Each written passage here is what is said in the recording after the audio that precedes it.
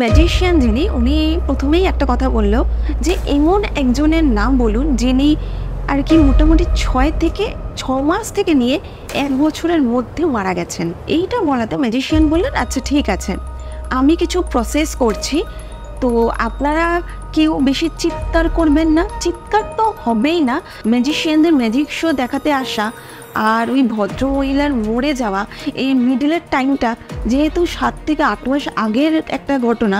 Office থেকে আসার পরে যখন উনি দরজা খুলছেন, ওনার ছেলে তখনও আসেননি বাড়িতে, মানে তখন ওনার ছেলে আসেনি। তো উনি যখন বাড়িতে এসে দরজা খুলছেন তখন ওনার মনে হচ্ছে যেন ভেতরে অলরেডি কেউ রয়েছে। যেটা উনি দেখে ওই দৃশ্য হয়তো আমি বলে শোনাচ্ছি, আপনারা হয়তো ওরকম দৃশ্য দেখলেন, বা আমিও যদি নিজে ওরকম কোনো দৃশ্য দেখি কোনো দিন। হ্যালো এভরিওয়ান, চলে এসেছি আবার ভূতাভাসের একটা নতুন এপিসোড নিয়ে। আপনারা দেখে ভাবছেন যে আজকে আমরা এরকমভাবে আবার বসেছি কেন। হ্যাঁ, এটা কোনো পডকাস্ট ভিডিও নয়। আজকে আমরা নিয়ে এসেছি দুটো সত্যি ভৌতিক ঘটনা। অর্পিত একটি ঘটনা শোনাবে এবং আমি একটা ঘটনা শোনাবো। তো বেশি কথা বাড়াবো না, তবে যেটা প্রতিদিন বলে থাকি সেই কথাটা আরেকবার বলে দিচ্ছি যে আমরা এই চ্যানেলে যেসব ঘটনা শুনিয়ে থাকি সেগুলো সত্যি বা মিথ্যা সেগুলো কিন্তু আমাদের পক্ষে যাচাই করা সম্ভব নয়। তাই এই বিষয়ে তর্কে বিতর্কে না গিয়ে ঘটনাগুলি এন্টারটেনমেন্ট হিসেবে নেওয়াই ভালো। আর আমরা যে পডকাস্ট ভিডিওগুলো করে থাকি সেই ভিডিওতে যারা আমাদের সাথে গেস্ট থাকেন তাদের কিন্তু নিজস্ব মতামতই তারা আমাদের চ্যানেলে প্রকাশ করেন। আপনারাও যদি আপনাদের সাথে ঘটে যাওয়া কোনো সত্যি ভৌতিক ঘটনা বা ভৌতিক কোনো অভিজ্ঞতা আমাদের এই চ্যানেলে শেয়ার করতে চান, তাহলে কিন্তু আমাদের স্ক্রিনে দেওয়া ইমেল আইডিতে ঘটনা পাঠিয়ে দিতে পারেন, অথবা আপনারা কিন্তু চাইলে আমাদের ফেসবুক পেজ ইনবক্সেও ঘটনা পাঠিয়ে দিতে পারেন। তাহলে চলুন ঘটনায় চলে যাওয়া যাক। আজকের প্রথম ঘটনা শোনাবে অর্পিতা। আজকের ঘটনাটা পাঠিয়েছেন উলুবেড়িয়া থেকে শম্পা দাস। তবে উনি যে ঘটনাটা আমাদেরকে পাঠিয়েছেন সেটা উলুবেড়িয়ায় ঘটে যাওয়া কোনো ঘটনা নয়, সেটা একটা অন্য জায়গার ঘটনা, যে জায়গার নামটা বলা মানা আছে। ঘটনাটা ঘটেছে আজ থেকে প্রায় 24 থেকে 25 বছর আগের ঘটে যাওয়া একটা ঘটনা, একটা ম্যাজিক শোকে কেন্দ্র করে। ওই জায়গাটাতে মোটামুটি 6-7 দিন ধরে ম্যাজিক শো হচ্ছিল। তো লাস্ট দিন যে মানে ওখানকার মধ্যে যে সবথেকে বড় যে ম্যাজিশিয়ান ছিলেন উনি বলেছিলেন শেষের দিন একটা প্ল্যানচেটের ম্যাজিক দেখাবেন। ওখানে কিছু কথা উনি বলে দিয়েছিলেন, যারা ছোট বয়সে, যারা ছোট কিংবা যাদের হার্টের সমস্যা রয়েছে, হার্ট দুর্বল, তারা যাতে ওই প্ল্যানচেটের ম্যাজিক শোটাতে অংশগ্রহণ না করেন। যাই হোক, তো মোটামুটি ম্যাজিক শোগুলো সকাল ঠিক নয়, ওই সন্ধ্যের দিক থেকেই হতো। তো সেই দিনের ম্যাজিক শোটা হয়েছে ঠিক ওই 9টা 10টা কি 11টা এরকম সময়, রাত্রেবেলা। এবং ওখানে অনেকেই প্রথমে ওনারা ভেবেছিল যে প্ল্যানচেটের ম্যাজিক কেউ আদৌ দেখতে আসবে কি না, কেউ আদৌ আগ্রহ দেখাবে কি না, বা কে কতটা ভয় পেয়ে গিয়ে বলবে না থাক দরকার নেই, এই জিনিসগুলোও ওনারা ভেবেছিল। তো যাই হোক, ওনারা যখন প্রথমে বললো যে এরকম প্ল্যানচেটের ম্যাজিক দেখানো হবে, তো শুনে অনেকেই বেশ আগ্রহ দেখালো দর্শকদের মধ্যে, বললো যে না আমরা দেখব, ঠিক আছে, আমাদের কোনো অসুবিধা নেই, এরকম অনেকেই বললো। তারপরে তার উপরে আবার কি রাত্রেবেলা উনি দেখাবেন বলেছিলেন, যেহেতু একটা প্ল্যানচেট রিলেটেড ম্যাজিক শোটা হতে চলেছে। তো যাই হোক, এরকম অনেকেই তারপরে ওখানে এসে হাজির হয়েছে, অনেক দর্শকরাই এসেছে। তখন প্রায় রাত 9টা, এবং ম্যাজিক শোটা হওয়ার সময় যখন সবাই এক জায়গায় আসলো সব দর্শকরা, তখন ম্যাজিশিয়ান যিনি, উনি প্রথমেই একটা কথা বলল যে এমন একজনের নাম বলুন যিনি আর কি মোটামুটি 6 মাস থেকে নিয়ে 1 বছরের মধ্যে মারা গেছেন, কোনো অপঘাতে মৃত্যু হয়ে, কোনো স্বাভাবিক মৃত্যু নয়, অপঘাতে মৃত্যু হয়ে মারা গেছেন, এরকম কারোর নাম। তো ওখানে মোটামুটি এবার অপঘাতে তো অনেকেরই মৃত্যু হয়, কিন্তু তার মধ্যে একজন বলল যে ওই এলাকার মধ্যে একজন ভদ্রমহিলা খুব রিসেন্ট আর কি ওই ম্যাজিক শোটা হওয়ার ওই 7-8 মাস আগে গায়ে আগুন দিয়ে মারা গেছিলেন।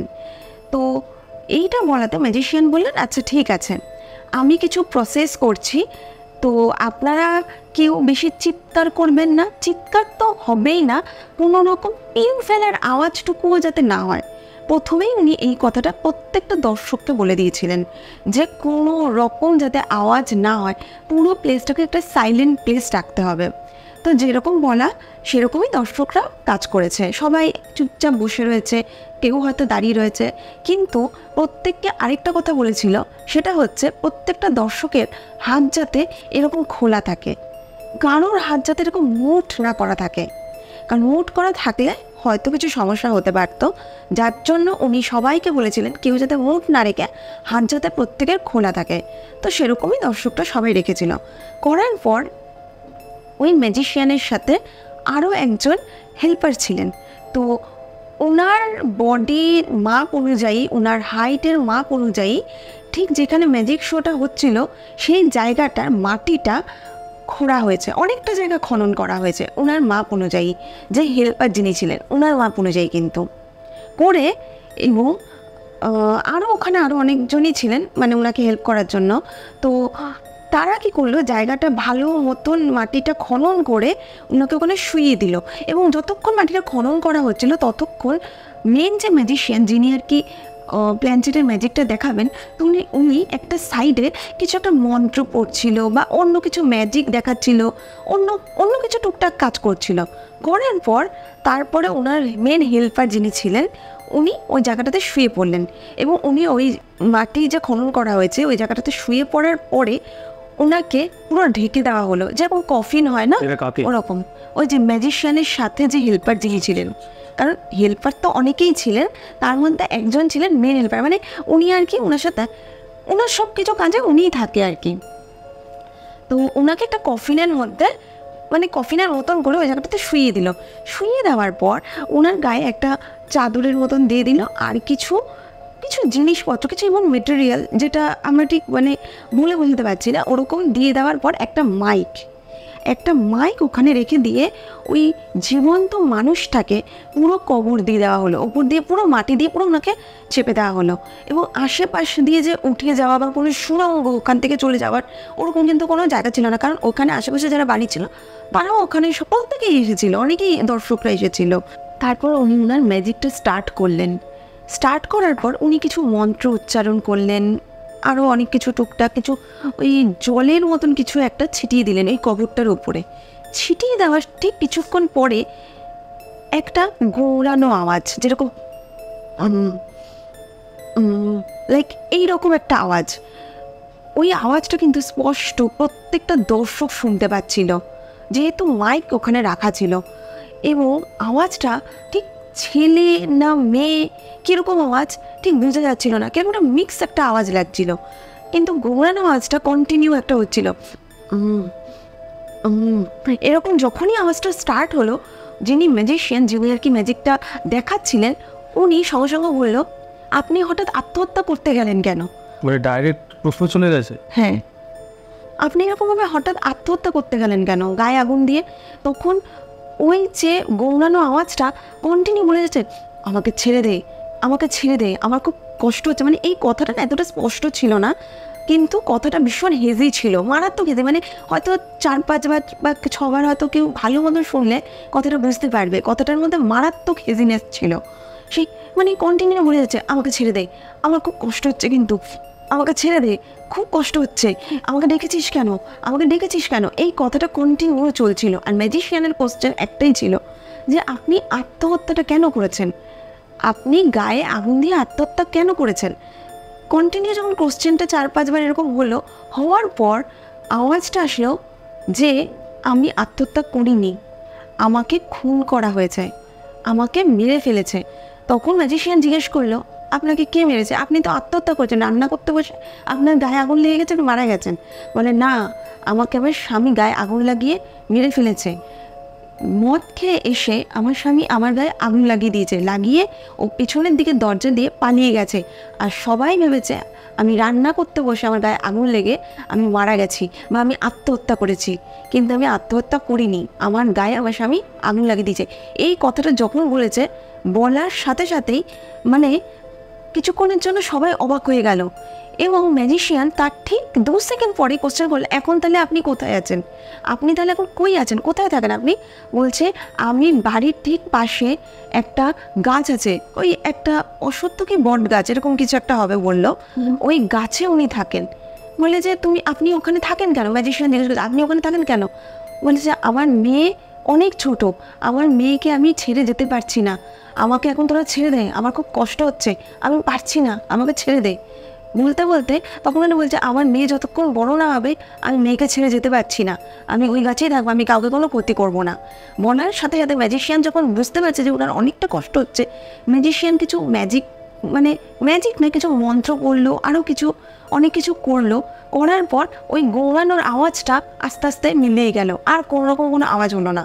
ওনার ম্যাজিকটা ওখানে গিয়ে শেষ হয়ে গেল। তারপরে সঙ্গে সঙ্গে আশেপাশে আরও যে লোকজন ম্যাজিশিয়ানের যে হেল্পার আরও অনেক লোকজন ছিল, তাড়াতাড়ি করে ওই মাটিটাকে খুঁড়ে নিয়ে যখন ওই লোকটাকে বের করলো, যিনি আর কি ওই মাটির নিচে ছিলেন, যার শরীরের মাধ্যমে ওই আত্মাটাকে ডাকা হয়েছিল, ওনাকে যখন তোলা হয়েছে উনি পুরো পাথরের মতন শক্ত হয়ে গেছে। উনি কোনো রকম কোনো শ্বাস নিচ্ছিল না, কোনো রকম কোনো বডি অ্যাক্টিভেট কিছু করতে পারছিল না, যেহেতু উনি পুরোটাই একদম শক্ত হয়ে গেছিলো। তারপরে ওনার মাথার সামনে গিয়ে কিছু একটা মন্ত্র পড়লেন, প্রায় ওই প্রসেসিংটা 10 থেকে 12-13 মিনিটের মতন চলার অনেকক্ষণ পরে লোকটা যখন হালকা একটা শ্বাস নিল, দর্শকরা কিন্তু ওখানে সবাই দেখতে পেলো যে লোকটা হালকা তারপরে একটু নড়াচড়া করলো বা শ্বাস নিল। তারপরে ম্যাজিশিয়ান উনি বললেন যে উনি আসলে অনেকটাই এখন অসুস্থ হয়ে গেছে, যেহেতু ওনার দ্বারা আত্মাটাকে ডাকা হয়েছিল, তো উনি এখন খুব একটা বিশেষ স্বাভাবিক বা সুস্থ অবস্থাতে উনি ছিলেন না, তাই ওনাকে ওখান থেকে সঙ্গে সঙ্গে সরিয়ে নিয়ে যাওয়া হয়েছিল। তারপরের ঘটনাটা ঠিক এটাই হয়েছে, ম্যাজিশিয়ানদের ম্যাজিক শো দেখাতে আসা আর ওই ভদ্রমহিলার মরে যাওয়া, এই মিডলের টাইমটা যেহেতু 7 থেকে 8 মাস আগের একটা ঘটনা, তো ওনার যে হাজব্যান্ডকে সঙ্গে সঙ্গে ধরা হয়েছিল, কারণ ওনার বাড়ি আশেপাশের মধ্যেই ছিল, ওইটুকু এরিয়াটার মধ্যেই। যখন ওনার হাজব্যান্ডকে ভালো মতন জিজ্ঞেস করা হয়েছে, ওনার হাজব্যান্ড তখন বলল, হ্যাঁ আমি আমার ওয়াইফকে মেরেছি, আমি আসলে তখন সুস্থ মস্তিষ্কে ছিলাম না, আমাদের মধ্যে মাঝে মধ্যে আমাদের হাজব্যান্ড ওয়াইফের মধ্যে ওই মদ খাওয়ার পর একটা মিসআন্ডারস্ট্যান্ডিং বা একটা ঝগড়া ঝামেলা লেগেই থাকতো সব সময়। তো উনি ওই দিনকে এসে ঝগড়াটা এতটাই হয়ে গেছিল যে উনি গায়ে আগুন দিয়ে পেছনের দরজা দিয়ে উনি পালিয়ে গেছিলেন, উনি সেটা নিজের মুখে তারপর স্বীকার করেছেন। তারপরে পুলিশ ওনার হাজব্যান্ডকে গ্রেফতার করে নিয়ে যান।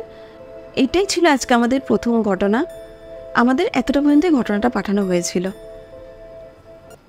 তো প্রথম ঘটনাটা আপনাদের কেমন লাগলো অবশ্যই কিন্তু কমেন্ট করে জানান। ভালো লাগলে কিন্তু লাইক করবেন, শেয়ার করবেন, সাবস্ক্রাইব করতে ভুলবেন না। আর ঘটনা আমাদের চ্যানেলের ভিডিওগুলো যদি আপনাদের ভালো লেগে থাকে তাহলে কিন্তু অবশ্যই চ্যানেলটাকে সাবস্ক্রাইব করতেও ভুলবেন না।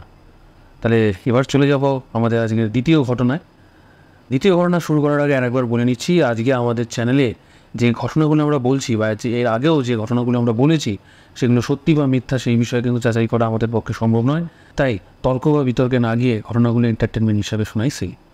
তাহলে চলুন যাওয়া যাক আজকের দ্বিতীয় ঘটনায়। আজকের এই দ্বিতীয় ঘটনাটা আমাদের পাঠিয়েছে ফালাকাটা থেকে, তবে যিনি পাঠিয়েছেন তার নামটা কিন্তু আজকে বলা যাবে না। জায়গার নামটা আমি বলে দিলাম, কারণ জায়গার নামটা উনি আমাদের লিখে পাঠিয়েছেন, আমাদের মেল করে পাঠিয়েছেন ঘটনাটা। আপনারাও চাইলে কিন্তু আপনাদের সাথে ঘটে যাওয়া ভৌতিক ঘটনা বা ভৌতিক কোনো অভিজ্ঞতা আমাদের মেল করে পাঠাতে পারেন, অথবা আমাদের ফেসবুক পেজ ইনবক্স করেও কিন্তু পাঠাতে পারেন। আচ্ছা, তো ঘটনাটা আমাদের পাঠানো হয়েছে ফালাকাটা থেকে। এই ঘটনাটা কিন্তু কী বলবো, একটা অদ্ভুত ঘটনা বলা যেতে পারে। অদ্ভুত একটা ইচ্ছার জন্য মানুষের যে কত রকম ক্ষতি হতে পারে সেটাই কিন্তু এই ঘটনাটা একটা এটার উদাহরণ যাকে বলা যায়। তো ফালাকাটায় যিনি থাকতেন, ওনার অদ্ভুত একটা ইচ্ছা, সবসময় উনি মনে করতেন যেন এইসব টোটকা, তারপরে বিভিন্ন রকম যে জিনিসগুলো আমরা দেখে থাকি, জ্যোতিষের বলুন বা অন্যান্য যেসব জিনিস, এই টোটকার ওপর উনি খুব বিশ্বাস করতেন। উনি কর্মের থেকে বেশি টোটকার ওপর বেশি বিশ্বাসী ছিলেন। উনি ভাবতেন যে আমরা এইসব টোটকা ফটকা করেই আমাদের জীবনে অনেক কিছু উন্নতি হতে পারে, আমরা যদি কর্ম নাও করি আমাদের সব কিছু আমরা ঘরে বসেই পেয়ে যাব, এমনি আমাদের সব কিছু হয়ে যাবে। তো এরকমভাবেই উনি কিন্তু যেহেতু এইসবের ওপর বিশ্বাসী ছিলেন, তাই জন্য কোনো সময় এই জ্যোতিষ, কোনো সময় ওই জ্যোতিষ, হয়তো জ্যোতিষও না, হয়তো নর্মাল হয়তো কেউ বললো যে ভাই তুই এটা কর, পরিচিত কেউ বললো যে তুই এটা কর দেখবি তোর ভালো হবে, তুই ওটা কর দেখবি তোর ভালো হবে। তো কোথার থেকে উনি একবার শুনেছিলেন যে ফাঁসির দড়ি যদি ঘরে রাখা যায়, অর্থাৎ ফাঁসির দড়ি এমন নয় যে বাজারের থেকে কিনে আনবে কোনো দড়ি বা ফাঁসির দড়ি বলে কিনে আনবে বা বানানো কোনো ফাঁসির দড়ি, তা কিন্তু নয়, ফাঁসি দেওয়া হয়েছে এরকম দড়ি যদি ঘরে রাখতে পারিস তাহলে কিন্তু তোর খুব দেখবি ভালো হবে ঘরে। এটা একজন ওনাকে বলে। তো ওনার মাথায় এটা ঢুকে যায় যে, আর যে বলেছিল সে আবার এটাও বলেছিল যে যদি তুই রাখতে পারিস তাহলে কিন্তু রাতারাতি তোর দেখবি দিন পাল্টে যাবে। তো সত্যিই তার রাতারাতি দিন পাল্টে গেছিলো। কী পাল্টেছিল সেটা অবশ্যই বলবো। তো উনি তারপর দিন থেকে লেগে যায় ফাঁসির দড়ি কোথায় পাবে ওরকম। কারণ সাধারণত জেলে যেসব ফাঁসির দড়ি ইউজ হয় সেগুলো তো আমাদের মতন সাধারণ মানুষের পক্ষে কোনোদিনই জোগাড় করা সম্ভব নয়। তো উনি অনেক খোঁজাখাজি এই সেই এদিক সেদিক কলকাতার বাইরে সারা ভারতবর্ষ চষে নিয়েছিলেন এই শুধুমাত্র একটা ফাঁসির দড়ি মানে খোঁজার জন্য, কিন্তু কোথাও পায়নি।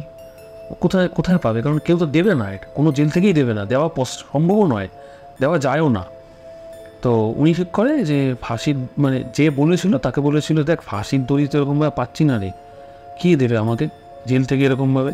তখন বলছে, দেখ জোগাড় তো করতে পারলে ভালোই হতো, তুই তার একটা কাজ কর, ফাঁসির দড়ি জোগাড় করতে না পারিস, ফাঁসির দড়ি থেকে একটুখানি যদি ছিঁড়ে আনতে পারিস তাহলেও হবে। তোর মাঝে তাহলেও হবে? বলছে হ্যাঁ। তো ও কী করে, ওর এক পরিচিত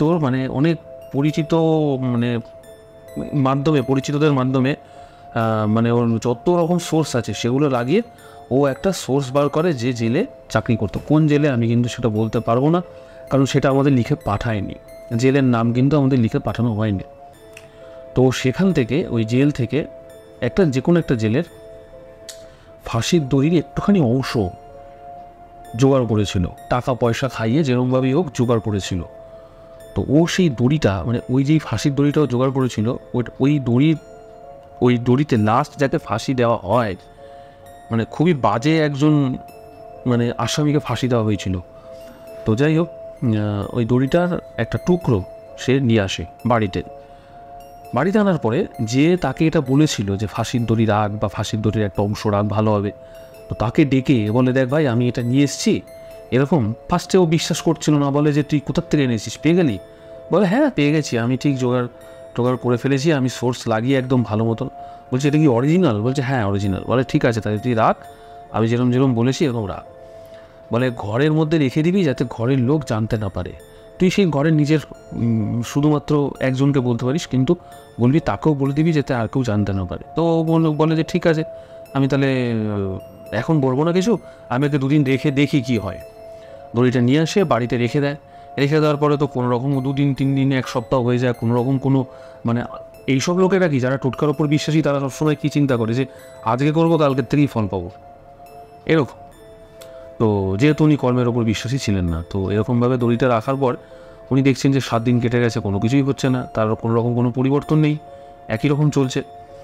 তো 8 দিনের দিন থেকে শুরু হলো ঘটনা। কী ঘটনা?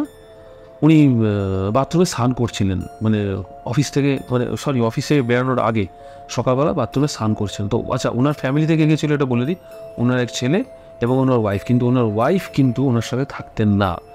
ওনার ওয়াইফ মানে চলে গেছিলেন অন্য জায়গায়, কিন্তু ওনার ছেলে ওনার সাথে সেপারেট থাকতেন, কিন্তু ওনার ছেলে ওনার কাছে থাকতেন। ডিভোর্স হয়নি, বাট ছেলে ওনার সাথে থাকতেন, কিন্তু ওয়াইফ আলাদা থাকতেন। তো যাই হোক, তো এরকমভাবে উনি বাথরুমে একদিন স্নান করছিলেন, করতে করতে হঠাৎ করে উনি যেন মনে হলো, মানে ঘরে তখন কেউ নেই, তো মনে হচ্ছে যেন ঘরের বাইরে থেকে আওয়াজ, বিভিন্ন রকম মানে একটা আওয়াজ বেরোচ্ছে, কখনো জল পড়ছে, জল পড়ার আওয়াজ, ফিল্টার ছিল ফিল্টার থেকে জল পড়ার আওয়াজ, কখনো যে ফ্যান হঠাৎ করে মনে হচ্ছে যে আমরা যে সুইচ টিপি বোঝাতে যায় যে সুইচটা টিপছে কেউ, এরকমভাবে 2-3টে টিপছে পরপর। উনি মনে করছে যেন সুইচগুলো কেউ টিপছে, কিন্তু ওনার ছেলে ওই মুহূর্তে কিন্তু বাড়িতে ছিল না। তো উনি ভাবছিল যে এগুলো কী হচ্ছে কি না, উনি অতটা কেয়ার করেননি, কারণ ওনার তো এইসব আইডিয়া ছিল না যে এরকম কিছু হতে পারে। ঘর থেকে বেরিয়ে খাওয়া দাওয়া করে ব্রেকফাস্ট করে অফিসে বেরিয়ে যান, রাত্রেবেলা অফিস থেকে আসার পরে যখন উনি দরজা খুলছেন, ওনার ছেলে তখনও আসেননি বাড়িতে, মানে তখন ওনার ছেলে আসেনি। তো উনি যখন বাড়িতে এসে দরজা খুলছেন, তখন ওনার মনে হচ্ছে যেন ভেতরে অলরেডি কেউ রয়েছে, আওয়াজ পাচ্ছে, ফিস করে কথা বলার আওয়াজ, হাঁটার আওয়াজ, এইসব পাচ্ছে। তাড়াতাড়ি করে দরজা খুলে উনি দেখেন, পুরো ঘর একদম ভালো মতন দেখলো যে কেউ নেই ঘরের মধ্যে। তো যাই হোক, উনি ওটাকেও ইগনোর করলেন। 2 দিন এরকম চলতে থাকলো। তো একদিন ওনার ছেলেকে উনি বলছে, জানিস তো আমি না একটা জিনিস ঘরে নিয়ে এসেছি। বলছে তুমি কী নিয়ে এসছো? বলে আমি একটা ফাঁসির দড়ি থেকে একটুখানি ছিঁড়ে একটা টুকরো আমি নিয়ে এসেছি, এটা রাখলে নাকি ঘরের ভালো হয়। আমি প্রথমে বলেছিলাম যে উনি কর্মের থেকে বেশি এইসবের ওপর বিশ্বাস করে, তাই বলে এই নয় যে উনি কর্ম করেন না, উনি নর্মাল একটা জায়গায় মানে কাজ করতেন আর কি। তো ওনার ছেলেকে উনি এই কথাটা বলেন, তো ওনার ছেলে শুনে বলে যে এইসব আবার কিছু হয় নাকি? বলছে হ্যাঁ রে হয়, দেখ না আমি রেখেছি তো, নিশ্চয়ই দেখবি আমাদের ভালো কিছু হবে। বলছে ঠিক আছে। ওনার ছেলে বলে ঠিক আছে। তো ওনার ছেলে আর উনি রাত্রেবেলা খাওয়া দাওয়া করে শুয়ে পড়ে। শুয়ে পড়ার পরে ওনার ছেলে এরকম রাত্রেবেলা হঠাৎ করে ওনার ঘুম মানে ওনার যে ছেলে, ওনার ছেলের ঘুম মেরে যায়। তো ও এরকম রাত্রেবেলা বাথরুমের দিকে এগিয়ে যায়। আর ওনাদের যে বাথরুমটা ছিল, মানে বাথরুমের যে মানে প্রত্যেকের বাথরুমেই কী হয়, একটা পিছন দিকে এরকম বড় ইয়ে থাকে, একটা হাওয়া পাস করার জন্য একটা ফাঁকা একটা জায়গা থাকে, ভেন্টিলেশন টাইপের একটা জায়গা থাকে। তো ওনাদের ভেন্টিলেশনটা একটু বড় ছিল, আর ওনাদের যে ভেন্টিলেশনটা সেখান থেকে মানে ওনার বাড়ির পাশেই যেহেতু মেন রোড মানে অনেক বড় রাস্তা, তো বাড়িগুলো সব এইদিকে, আর ওনার ঠিক বাড়ির অপোজিটই হচ্ছে একটা জঙ্গলের মতো। তারপরে বাড়িঘর রয়েছে, কিন্তু জঙ্গলের মতো রাস্তায় এরকম ল্যাম্প লাইট, মানে রাস্তায় লাইট ফাইট সবই আছে, মানে বেশ ঠিকঠাক পারফেক্ট, সব কোনো অসুবিধা নেই। তো ওনার ছেলে যখন এরকম গেছে বাথরুমে, ওনার ছেলে এটা ফিল করছে যে এই বেয়ে বেয়ে যেরকমভাবে ছাদের মধ্যে মানে বাড়ির থেকে ওপরের দিকে ওঠার চেষ্টা করে, ওরকম বেয়ে বেয়ে যেন কিছু একটা উঠছে, মানে কেউ একটা উঠছে। তো ফার্স্টে ওনার ছেলে তো ভালো মতন মানে বাথরুম থেকেই দেখার চেষ্টা করে, যেহেতু বাইরেটাকে একটু দেখা যায় যে বাইরে কিছু আছে নাকি। তো বুঝতে পারিনি কী ব্যাপার কি না, কিন্তু আওয়াজটা কন্টিনিউ পাচ্ছে। গিয়ে সঙ্গে সঙ্গে ওর বাবাকে গিয়েও ডাকে, উনিও ঘুম থেকে উঠে যান। উনি ঘুম থেকে উঠে দুজন মিলে এবার দেখা শুরু করেন। ডাইরেক্ট ফার্স্টে ও উপরে গিয়ে ছাদে গিয়ে দেখতে থাকে যে কেউ আছে কি না আছে কি না এরকমভাবে। তখন দেখে না ওরকম কিছুই নেই, নর্মাল আওয়াজটা তাহলে কিসের, এরকম ব্যাপার। তো ছেলেটাকে ওর বাবা বলছে যে তুই হয়তো ভুল শুনেছিস, তুই শুয়ে পড়, কোনো অসুবিধা নেই, শুয়ে পড়, হয়তো এরকম কিছু দেখছিলি তাই হয়তো তোর এরকম মনে হচ্ছে। বলছে ঠিক আছে। এবার ওনার যে ছেলে, ওনার ছেলে কিন্তু এইসবে অতটা খুব একটা বেশি বিশ্বাস করতো না। তো যাই হোক, এরকমভাবে আরও কদিন কেটে যায়। কেটে যাওয়ার পরে একদিন রাত্রেবেলা উনি সেম এরকম ওনারও ঘুম ভেঙে যায়। ঘুম ভেঙে যাওয়ার পরে মানে ওনার এই কদিনের মধ্যে এটাও উনি মানে দেখতে থাকেন যে ভালো তো হচ্ছিলই না, কিন্তু একটু একটু খারাপ হচ্ছিল ওনার, মানে খারাপ হচ্ছিল মানে বাইরে যেখানে কাজ করতেন উনি তো সেরকমভাবে কোনো জায়গায় ঠিক মতন কাজ করতেন না। তো যেখানে কাজ করতেন ওখানে ঝামেলা ঝঞ্ঝাট, ওনার যে আত্মীয় স্বজন আছে তার সাথে ঝামেলা ঝঞ্ঝাট, ওনার ওয়াইফ যে নাকি কোন মানে অনেক দিন আগেই এরকমভাবে ওনার ওয়াইফ অন্য জায়গায় মানে সেপারেট আলাদা হয়ে গিয়ে থাকছে, ওয়াইফ সেদে সেদে ফোন করছে বা উনি ফোন করছে, ঝগড়া লাগছে দুজনের মধ্যে, ভীষণ কথা কাটাকাটি হচ্ছে, বাড়ির পরিবেশ খারাপ হচ্ছে। বাড়ির পরিবেশ খারাপ মানে একটু একটু শরীর টরীর খারাপ দেখা দিচ্ছে, অনেক কিছুই, কিন্তু উনি এগুলো মানে করতে থাকেন, মানে অবজার্ভ করতে থাকেন। তো হঠাৎ করে ওনার মাথায় কিন্তু এটা চলছিল যে ভালো কিছু তো হচ্ছে না, কিন্তু খারাপই তো হচ্ছে সব। মানে উনি এরকম একটা লোক ছিলেন যে ছোটোর থেকে ছোট ব্যাপার পর্যন্ত উনি কিন্তু অবজার্ভ করতেন। হয়তো রাস্তায় বেরোলো, হয়তো ঘন ঘন একটা হোঁচট খেলো, সেটা উনি ভাবছে যে আমার সাথে কেন এরকম হচ্ছে, আমরা যেরকম ভাবি আর কি, আমার সাথে কেন এরকম হচ্ছে। হয়তো রাস্তায় বেরোলো, হয়তো উপর থেকে কাক জামার মধ্যে করে ফেললো, আমার সাথেই কেন এরকম হচ্ছে। হয়তো ছেলে ফোন করে বলছে বাবা আজকে এরকম এরকম ব্যাপার, আজকে আমার এত টাকা লাগবে, আমার ওখানে দিতে হবে, তুমি যেভাবে জোগাড় করে দাও। এই সব মানে এগুলো, তাও তো এটা নর্মাল ব্যাপার, কিন্তু ওনার ছেলেও শরীর টরীর খারাপ হচ্ছে, ওনারও হালকা পাতলা শরীর খারাপ হচ্ছে।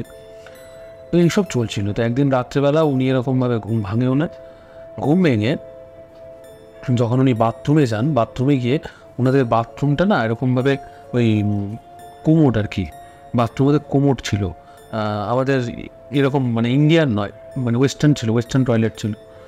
তো উনি এরকমভাবে যখন বাথরুম করছেন, উনি মানে ওনার মনে হচ্ছিল যেন ওনার ওই মানে ল্যাম্পপোস্টের আলোটা তো রয়েছে, এবার ওখান থেকে না একটা ফ্ল্যাশ মানে আলোর একটা যে একটা কী বলবো রিফ্লেক্ট হয় ওনার বাথরুমের দিকে।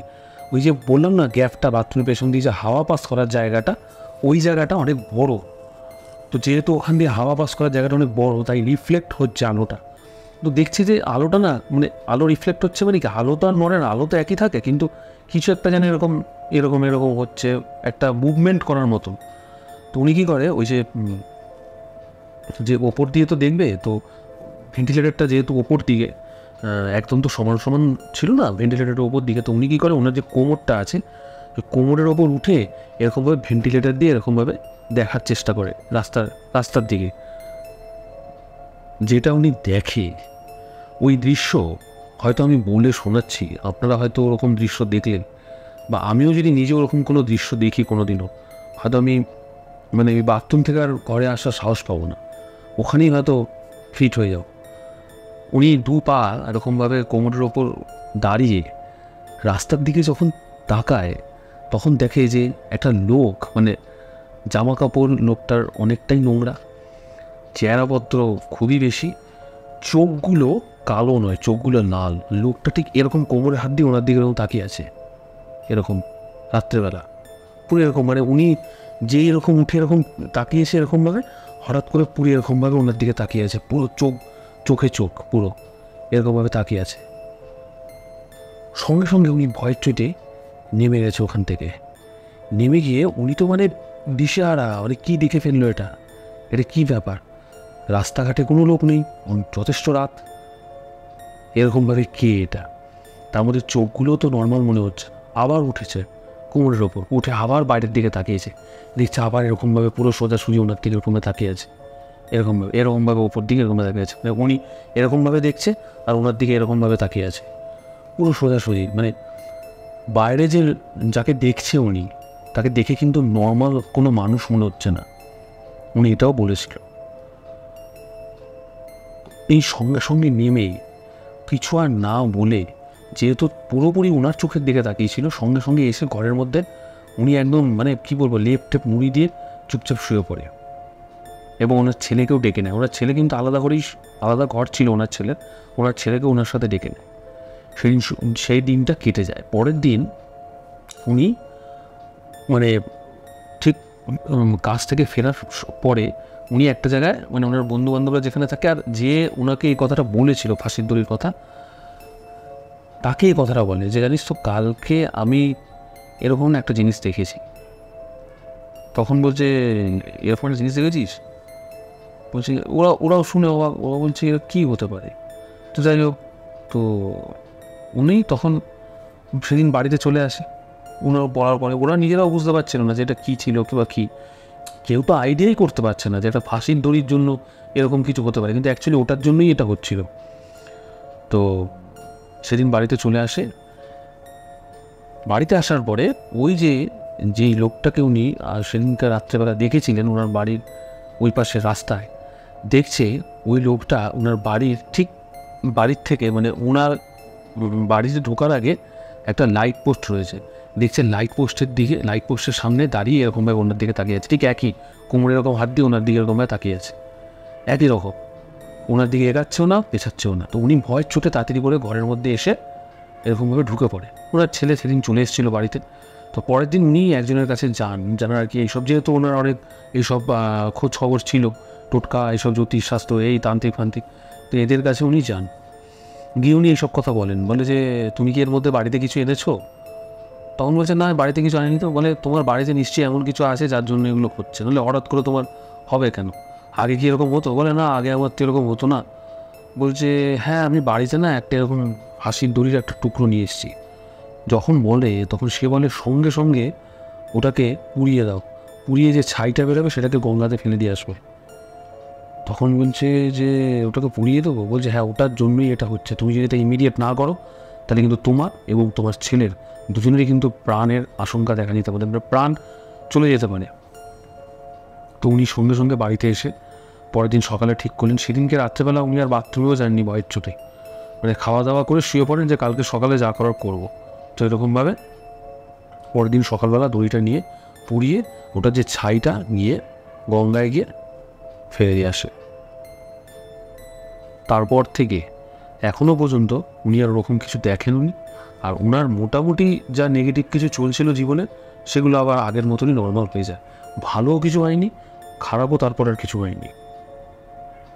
তো এটাই ছিল আজকের দ্বিতীয় ঘটনা। আপনাদের কেমন লাগলো অবশ্যই কিন্তু আমাদের কমেন্ট করে জানান। ভালো লাগলে অবশ্যই লাইক করবেন, চ্যানেলটাকে সাবস্ক্রাইব করতে ভুলবেন না, শেয়ার করবেন। আর আপনারা যারা ভূতের গল্প শুনতে ভালোবাসেন তারা কিন্তু অবশ্যই চ্যানেলটাকে সাবস্ক্রাইব করবেন। আর আপনারাও যদি আপনাদের সাথে ঘটে যাওয়া কোনো ভৌতিক ঘটনা বা ভৌতিক কোনো অভিজ্ঞতা আমাদের পাঠাতে চান, তাহলে স্ক্রিনে দেওয়া বা ডিসক্রিপশন বক্সে কিন্তু আমাদের সমস্ত ডিটেলস দেওয়া রয়েছে। আমাদের ইমেল আইডি বা ফেসবুক পেজ ইনবক্স করেও কিন্তু পাঠিয়ে দিতে পারেন। অথবা যদি আপনারা আমাদের সাথে মুখোমুখি বসে পডকাস্ট করতে চান, তাহলেও কিন্তু আমাদের ইমেল করে পাঠিয়ে দিন, অথবা আমাদের ফেসবুক পেজ ইনবক্সে যোগাযোগ করুন। তাহলে ফিরছি আগামী এপিসোডে, আগামী কোনো ভিডিওতে, নতুন কোনো পডকাস্টে বা নতুন কোনো ভৌতিক ঘটনায়। ততক্ষণ good night and take care.